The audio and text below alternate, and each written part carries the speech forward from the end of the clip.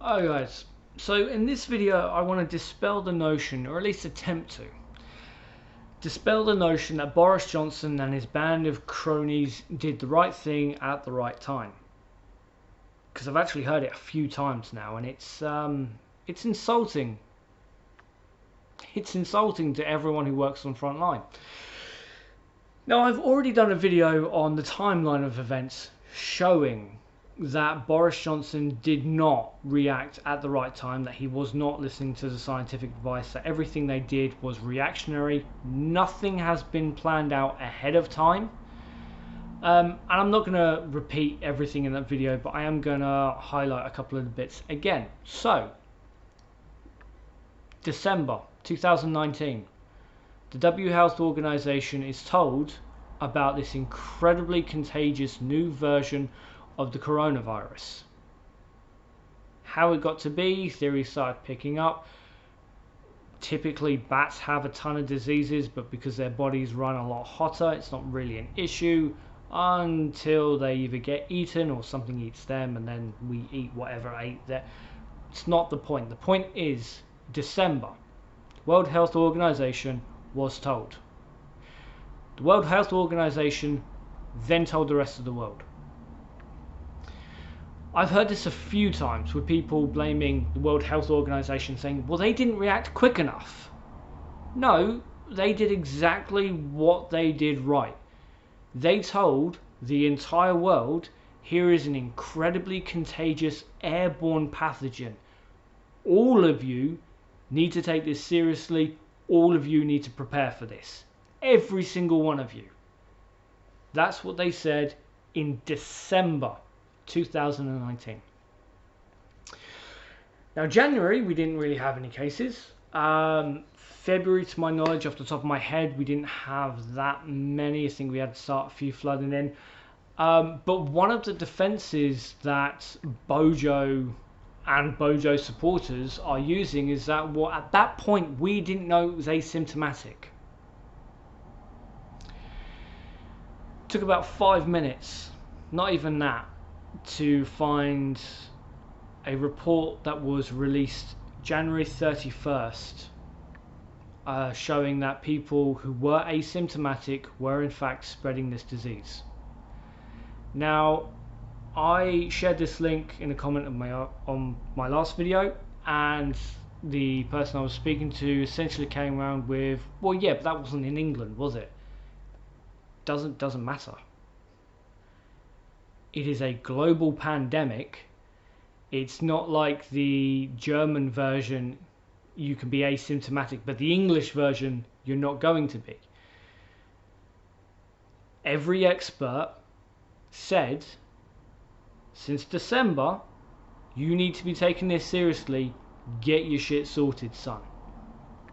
January 31st, we knew categorically people who were asymptomatic, people who were not showing any signs whatsoever, who had no reason to believe that they were infected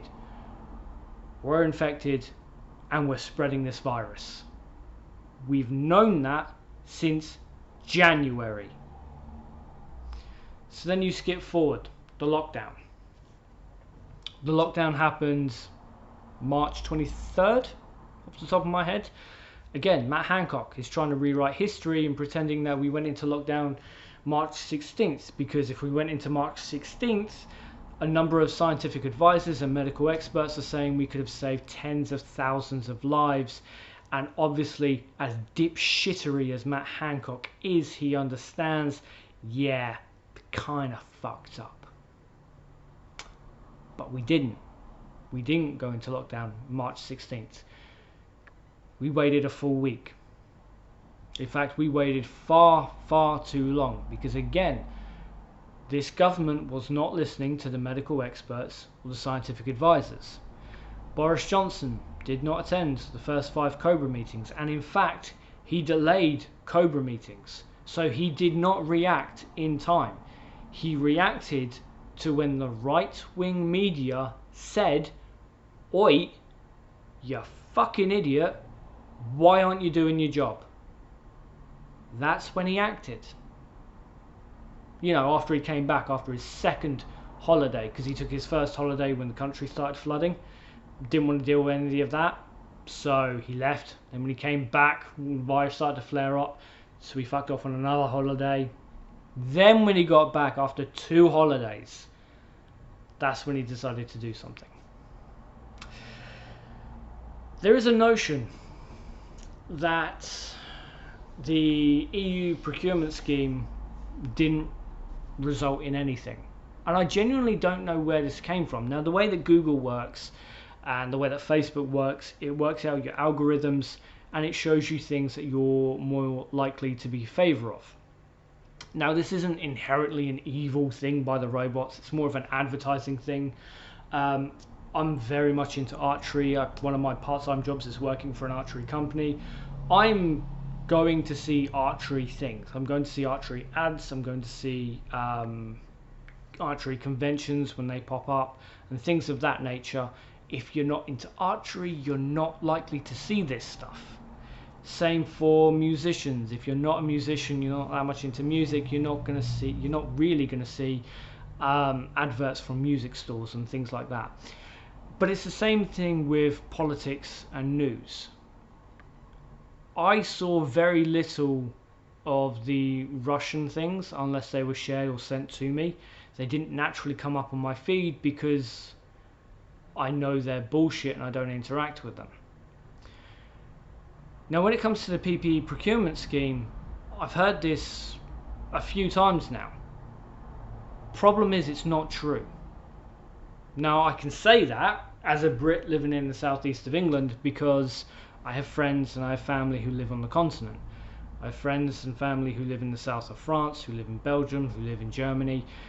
And yeah, the EU procurement scheme absolutely came through.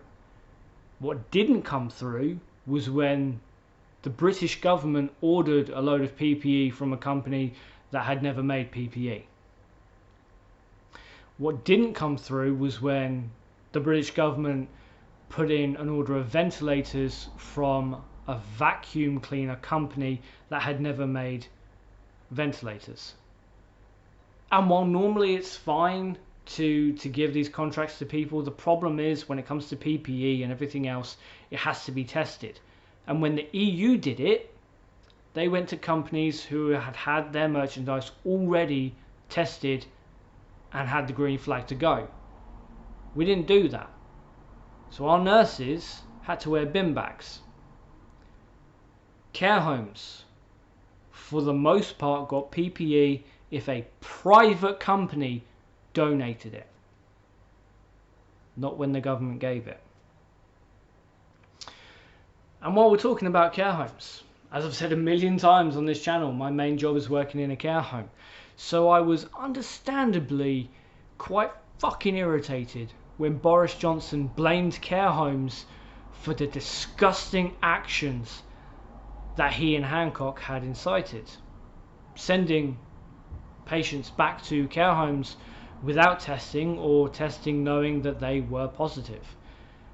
The result was this person is either going to go back to their care home or they're going to go on the street. So we had to take them in without proper PPE. Now, I don't take any pleasure in this, but Matt Hancock also took away an incredibly powerful tool that care homes were using. And again, I don't take pride in this because I specifically look after adults with learning disabilities, and it has not been fucking easy. But what we were able to do, before Matt Hancock turned around and said, no, you've no right to do this, we were able to say to the families, look, I know this sucks. I know you want to see your son, your kid, your brother, whatever, but it's just not safe. You could have the virus and not know. There are plenty of asymptomatic people out there. We know this because of the reports since January. If you come here, you could spread the virus. You could kill the people who live here and the people who work here. You cannot come here. And I've had this argument with parents myself. We're not doing it because we enjoy being dickheads. We're doing it because we have to fucking protect the people we look after. So when Matt Hancock then turned around and said, no, care homes can no longer say this, the government fucked us and then blamed us. Now, as I said, I personally work in a home full of adults with learning disabilities. It has not been easy because these guys know they should have seen their parents by now. These guys know they should have been out to go to their homes for a weekend or for a week. They know, and they cannot understand why it hasn't happened. It's not been fucking easy. And when the government turns around and says, no, it's your fucking fault, that's something that puts me over the edge. Boris Johnson did not react at the right time to the right things. Boris Johnson reacted when right-wing media was calling him out for sitting on his hands.